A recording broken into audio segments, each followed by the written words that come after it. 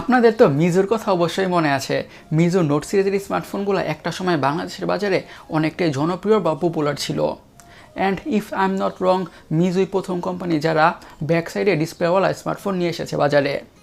এখন 2021 সালে তারা নিয়ে এসে পড়েছে তাদের নতুন একটি ফ্ল্যাগশিপ ফোন মিজু 18 প্রো।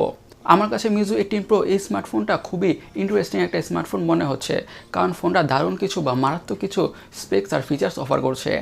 তাই আমরা আজকে ভিডিওতে আপনাদের সাথে মিজু 18 প্রো এই ফোনটাকে নিয়ে বিস্তারিতভাবে আলোচনা করব, জানার চেষ্টা করবো ফোনটা কী প্রাইস রেঞ্জে বাজারে এসেছে এবং একটি ফ্ল্যাগশিপ স্মার্টফোন হিসেবে ফোনটা আপনাদের জন্য এবং আমাদের জন্য কেমন হতে যাচ্ছে সব কিছু নিয়েই কথা বলবো। সো আশা করি আপনারা আজকে ভিডিওটি শেষ পর্যন্ত দেখবেন। হ্যালো গাইস, আমি সৈকত, আপনারা দেখছেন সৈস টেক। আপনারা যদি আমার চ্যানেলে নতুন হয়ে থাকেন অবশ্যই আমার চ্যানেলটি সাবস্ক্রাইব করবেন। অলরেডি যদি সাবস্ক্রাইব করে থাকেন আপনি জোস একটি পারসন। সো আর কথা না বাড়াই চলুন আজকে ভিডিওটি তাড়াতাড়ি শুরু করা যাক। প্রথমে আমরা মিজু 18 প্রোর দাম অথবা প্রাইসিংটাকে নিয়ে কথা বলি। ফোনটার দাম রাখা হয়েছে 640 ইউরো, যেটিকে বাংলাদেশি টাকা কনভার্ট করলে অ্যারাউন্ড 64,600 টাকার আশেপাশে হয়। সো এই প্রাইস রেঞ্জে ফোনটা থেকে আমরা কী কী পাচ্ছি। ডিজাইন আর বিল্ড করে কথা বলতে গেলে ফোনটা টোটালি গ্লাস স্যান্ডউইচ স্ল্যাব। ফোনের ব্যাক প্যানেল থাকছে গ্রেডিয়েন্ট বা রিফ্লেকশনযুক্ত ফিনিশ। আর ফোনের ব্যাক প্যানেলটাকে দেখলে মনে হয় যে এই ব্যাক প্যানেলটা অনেকটাই হুয়াওয়ে P40 সিরিজ থেকে অনেকটাই ইন্সপায়ার্ড, রাইট? বিশেষ করে এই ক্যামেরা মডিউলটার জন্য। বাট ফোনটা দেখতে কিন্তু অনেকটাই ইন্টারেস্টিং বা ফ্ল্যাগশিপ ফিলই আসে। ব্যাক আর ফ্রন্টে থাকছে গোরিলা গ্লাসের লেটেস্ট ভার্সনের প্রোটেকশন। ফ্রন্টের কথা যেহেতু এসে গিয়েছে, ফোনটার ডিসপ্লে থাকছে আসল চমক। ডিসপ্লে থাকছে 6.7 ইঞ্চের curved full HD plus super AMOLED display with 120 হার্জের রিফ্রেশ রেট, এবং এই প্যানেলেতে আরও থাকছে single punch hole camera cut out, HDR10+এর সাপোর্ট এবং ম্যাক্স ব্রাইটনেস হচ্ছে 1300 নিটস। এই ডিসপ্লে প্যানেলটাকে বলা যেতে পারে একটি ফ্ল্যাগশিপ লেভেলের ডিসপ্লে। অ্যান্ড এই কথাটা বলাই যেতে পারে এই ডিসপ্লেটা 2021 সালের ওয়ান অফ দি বেস্ট ডিসপ্লেগুলোর মধ্যে একটা হতে যাচ্ছে, সেটাতে কোনো সন্দেহ নাই।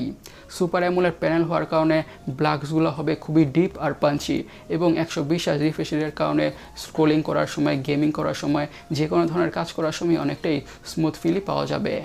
সো বলা যেতে পারে ফ্ল্যাগশিপ স্মার্টফোন হিসেবে বেস্ট ইন ক্লাস ডিসপ্লে। এটি হচ্ছে ফোনটির LED নোটিফিকেশন ফিচার, যেটি আমার কাছে খুব বেশি জোস লাগছে। আমার কাছে পার্সোনালি এই ফোনটার ক্যামেরার স্পেক্সটা মারাত্মক লাগছে। ফোনটিতে থাকছে কোয়াড ক্যামেরা, 50 মেগাপিক্সেলের প্রাইমারি সেন্সর, 8 মেগাপিক্সেলের টেলিফোটো লেন্স। এই টেলিফোটো লেন্সটা দিয়ে 3x পর্যন্ত অপটিক্যাল জুম করা যাবে। আর থাকছে 32 মেগাপিক্সেলের আল্ট্রা ওয়াইড অ্যাঙ্গেল ক্যামেরা, 32 মেগাপিক্সেলের আল্ট্রা ওয়াইড অ্যাঙ্গেল সেন্সর। আরেকটা হচ্ছে 3D time of flight depth sensing sensor. এবং ফ্রন্টে থাকছে ওয়াপিং 44 মেগাপিক্সেলের সেলফি ক্যামেরা, 44 মেগাপিক্সেলের সেলফি ক্যামেরা। ভিডিও রেকর্ডিংয়ের কথা বলে ফোনটা দিয়ে 8Kতে 4Kতে ভিডিও শ্যুট করা যাবে। অ্যান্ড জাইরো EIS আর OIS তো থাকছেই, এবং ফ্রন্ট ক্যামেরা দিয়েও 4Kতে ভিডিও শ্যুট করা যাবে, which is a pretty amazing thing, right?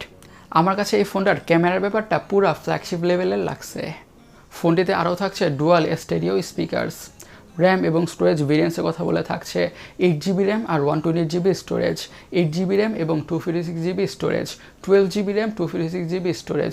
Storage speed হচ্ছে UFS 3.1, আর SD কার্ডের মাধ্যমে স্টোরেজকে বাড়ানোর সুবিধা থাকছে না, যেটা ফ্ল্যাগশিপ স্মার্টফোনগুলোতে নাওডেজ অনেকটাই কমন হয়ে গিয়েছে। ফোনটার সিকিউরিটির কথা বলে সিকিউরিটিতে থাকছে under display optical fingerprint sensor with face unlock. And you guys can see fingerprint সেন্সরের আনলকিং স্পিডটা one of the fastest, if not the fastest. Now let's talk about heart or chipset.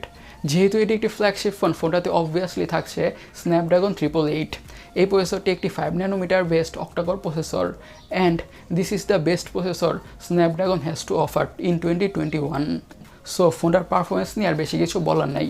আমরা একটা ফ্ল্যাগশিপ ফোন থেকে যেমন ধরনের performance আশা করি বা expect করি, আমরা এই ফোনটি থেকে তেমন ধরনের পারফরমেন্সই পেয়ে যাব। যদি কিছু বলি সেটা হলো যে ফোনটাতে হাই লেভেলের গেমগুলোকে হাইয়েস্ট গ্রাফিক্স সেটিংসে খুবই ভালোভাবে খেলা যাবে, কোনো ধরনের ল্যাগ বা ফ্রেম ড্রপের ইস্যু ছাড়াই। এবং আমাদের দৈনন্দিন জীবনের কাজগুলো তো ব্যাটারি বা টু বি প্রিসাইজ বা টু বি এক্স্যাক্ট মাখনের মতন স্মুথলি করা যাবেই। ডিভাইসটি বা ফোনটি পারফরমেন্সের দিক থেকে হতে যাচ্ছে বিস্ট।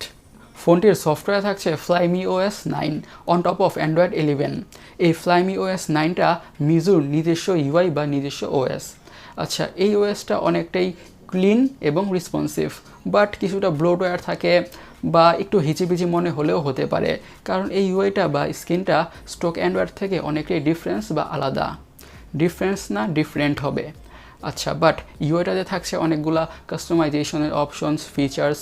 বলা যেতে পারে ইউআইটা বা স্ক্রিনটা পুরোপুরি ফিচার প্যাকড। যারা অ্যান্ড্রয়েডের মধ্যে অনেক বেশি কাস্টমাইজেশন লাইক করেন তারা এই ইউআইটা অবশ্যই লাইক করবেন। পুরো ফোনটাকে ব্যাকআপ দিচ্ছে 4500 mAh ব্যাটারি উইথ 40 ওয়াটের ফাস্ট চার্জিংয়ের সাপোর্ট। এই 4500 mAh ব্যাটারি থেকে খুবই ইজিলি একদিনের ব্যাটারি ব্যাকআপ তো পাওয়া যাবেই মিডিয়ামভাবে স্মার্টফোনটিকে ইউজ করলে।